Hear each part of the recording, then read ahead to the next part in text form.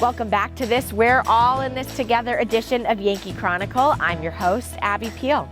Joining us now is Ray Martin, the president of the Warner Fall Foliage Festival. We had him on in August for a preview of this year's festival, and here's an update on this year's virtual happening and how it's going to work.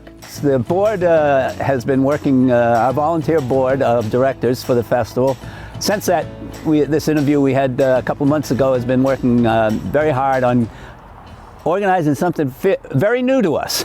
In other words, we can't have the physical festival that we've had before, so we tried to carve out some of the things that would appeal to the people, but our main goal was to keep the idea of the festival going, because this is our 73rd festival, and we're still calling it our 73rd festival. 74th will be next year, and that will hopefully be back on our traditional festival with the crowds and rides and crafters and things like that. Actually, the first thing we did was decide we're not going to go fully virtual and try to do something all day that day, because it just required too much planning and too many moving parts. So what we've done is we've made direct appeals to our sponsors who have been very, very generous. We've had sponsors in the past, obviously, and they've stepped up again this year. And then to appeal to the people that usually attend the festival, who buy raffle tickets and other products that the crafters and people have on board here, are we put together this brochure or a pamphlet or whatever you want to call it, mailing piece that went out to over 10,000 households in Warner and all the surrounding towns, every town that touched Warner. And just tell them what we were going to be doing. Number one that we will be doing is there's going to be a virtual fun run walk that you can see on sign up for on our website, WFFF, Warner Fall Foliage Festival.org. So look up our website and there's places you can sign up, you can pay. We've got PayPal on there, or automatic payments, or you can send it the old way and send in the check.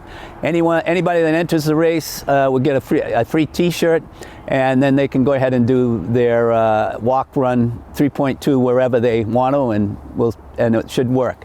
The other thing is we're going to have the raffle. We're going to expand the raffle. This year we are not going to have booster prizes, but we're having a $500 first place prize, $300 second, $100 $200 third. And that you can buy raffle tickets on the mailer that I sent out.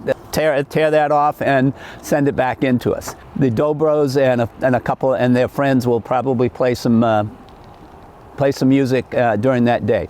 On Saturday, YCN will be putting out, I think, the last 5 parades that we've had, and there'll be streamers on the bottom of that for other events. We will have on Saturday, the farmers market is still going on. That's been going on, so that will still be here. Might be expanded a little bit. I don't know what they're actually planning. And then the festival board will be there and have a tent set up on probably in front of Town Hall, selling raffle tickets and T-shirts. Anybody can buy a T-shirt. The final design has not been accepted yet, but it will definitely have something to do with quarantine. And there'll be masks and quarantines, all of it. But anyways, it should be a unique one. The board and the festival will put them a little challenge to people. If we put aside $5,000 from our reserves to match if we get $5,000 worth of donations and stuff, and raffle ticket prizes and all those things. So, and that money, whatever money we end up raising, the net, which we have very few costs other than this marketing piece, will be donated to the Warner Food Pantry and the Belknap County, Merrimack County Fuel Assistance Program.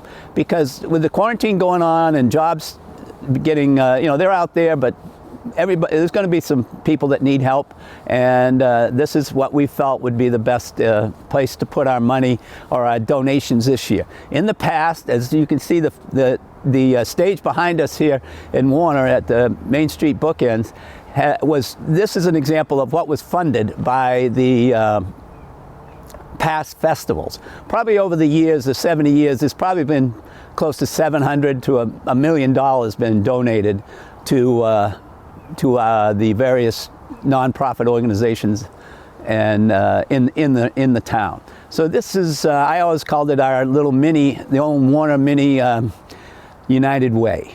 This is a way that the festival was set up in the beginning, all run by volunteers, to raise money for the town and to provide an event that has grown and grown and grown in the town of Warner. Finally, just tune in on Saturday, October 10th.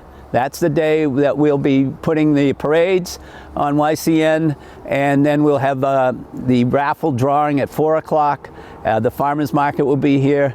Participate by going online with the fun run walk, and you can make donations. You can buy T-shirts. You can do anything online, and that's probably the best way to do it because we don't want a huge crowd here.